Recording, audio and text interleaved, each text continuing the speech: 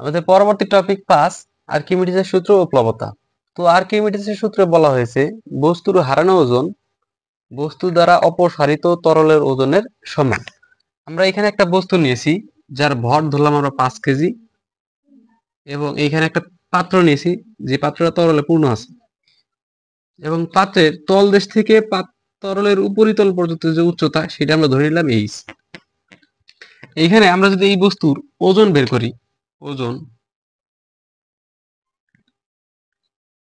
W equal M G, অর্থাৎ এখানে এই বস্তুর ভর 5, অভিকর্ষ ত্বরণ 9.8।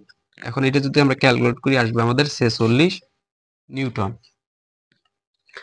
এই যে এই বস্তুটাকে এখন যদি আমরা, এটা ওজন ছিল 46 নিউটন, এই বস্তুটাকে যদি আমরা এই তরলের মধ্যে ডুবাই, ধরে নিলাম এই বস্তুটাকে আমরা তরলের ভিতরে ডুবিয়েছি।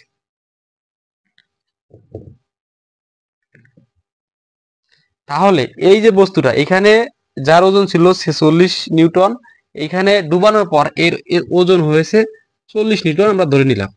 তাহলে এই বস্তুটা কিছু পরিমাণ ওজন হারিয়েছে। এখানে ছিল 46 নিউটন, এখানে হয়েছে 40 নিউটন, অর্থাৎ 6 নিউটন পরিমাণ ওজন হারিয়েছে। এখন এই যে হারানো যে ওজনটা সেইটা, এখন এই বস্তুটাকে যদি আমরা সচরাচর এই পানিতে ডুবাই তাহলে আমরা দেখব যে তরলের যে উপরের লেভেল সেইটা বস্তু ডুবানোর পরে আগের থেকে কিছুটা ইনক্রিজ হবে, অর্থাৎ বৃদ্ধি পাবে। এইখান থেকে ধরে নিলাম আমরা এইটুক পর্যন্ত বৃদ্ধি পেয়েছে, যে এইখান থেকে তাহলে ওজন হারিয়েছে 6 নিউটন। তাহলে এই যে 6 নিউটন ওজন যে হারিয়েছে সেই ওজনটা হবে এই যে পানির যে ইনক্রিজ হয়েছে অর্থাৎ বৃদ্ধি পেয়েছে, এই বৃদ্ধি পাওয়া ওজনের তরলের ওজনের সমান। এটাই হলো আর্কিমিডিসের সূত্র, যে বস্তু যে পরিমাণ ওজন হারাবে সেটা বস্তু দ্বারা অপসারিত যে তরলটা হবে সেই তরলের ওজনের সমান হবে। এটাই হলো আর্কিমিডিসের সূত্র। আমাদের এর পরে পড়বো আমরা প্লবতা।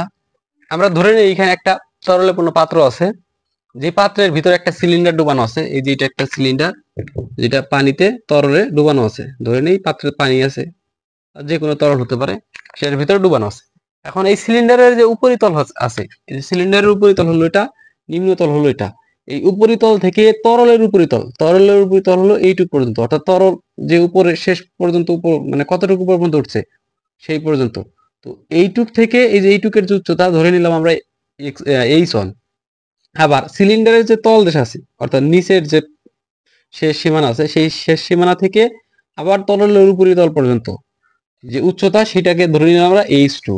এখন সিলিন্ডারের উপরে যে তরল আছে সেই তরল থেকে উপরিতল পর্যন্ত তরল পর্যন্ত সিলিন্ডারের মানে সিলিন্ডারের উপরিতল থেকে তরলের উপরিতল পর্যন্ত যে তরলটুকু আছে এই তরলটুকু সিলিন্ডারকে একটা নিম্নমুখী বল প্রয়োগ করবে। অর্থাৎ এই যে আমরা যদি পানিতে ডুব দিই তাহলে পানি একটা আমাদের উপর থেকে, যে আমাদের উপরে যে পানিটা থাকে সেই পানিটা আমাদের নিচ দিকে একটা বল প্রয়োগ করে, সেই বলটা আমরা ধরে নিলাম এখানে F1। আবার আমরা যদি তরলে ডুব দেওয়ার পর, যে আমরা পানিতে ডুব দেওয়ার পর পানি যে আমাদের নিচে যে পানিটা থাকে সেই পানিটা একটা আমাদের ঊর্ধ্বমুখী বল, মানে আমাদের ভাষায় তুলে পানিতে ডুব দিলে, যে যারা ডুব দিয়েছে তারা দেখবা যে আমরা যদি ডুব দিই তাহলে পানি আমাদের একটা ঊর্ধ্বমুখী বল ক্রিয়েট করে, যে এই যে এইটুক পানি এই সিলিন্ডারকে কি করবে, ঊর্ধ্বমুখী একটা বলে উপরের দিকে ধাক্কা দিবে, সেই বলটা ধরলাম আমরা F2। এটা যদি হয় তাহলে প্লবতা আমরা এখানে পাবো, যে প্লবতা F ইকুয়াল আমরা পাবো তাহলে F2 মাইনাস F1, অর্থাৎ এই যে ঊর্ধ্বমুখী যে বলটা সেইটা বিয়োগ হবে নিম্নমুখী বল। এখন আমরা জানি F2 সমান P2A, এখানে আমাদের তরলের পাত্রের ক্ষেত্রফল A। তাহলে এখানে আমরা F2 সমান পাইতেছি P2 ইন্টু A, আর এখানে F1 সমান পাবো P1A।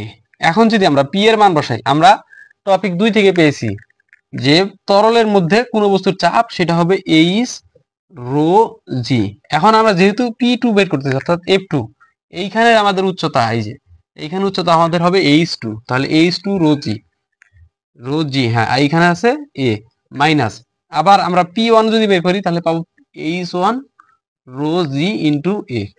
এখান থেকে আমাদের কমন যায় রো জি এ, তাহলে আমরা এখান থেকে রো জি এ কমন নিব, থাকে H2 মাইনাস H1। এইখানে এইখানে H2 মাইনাস H1 সমান H হবে, অর্থাৎ আমরা এটা ধরে নিই H। তাহলে আমরা পাবো রো জি এ ইন্টু H, অর্থাৎ AH রো জি। এটাই হলো আমাদের প্লবতা। প্লবতাকে প্রকাশ করা হয় এর দ্বারা।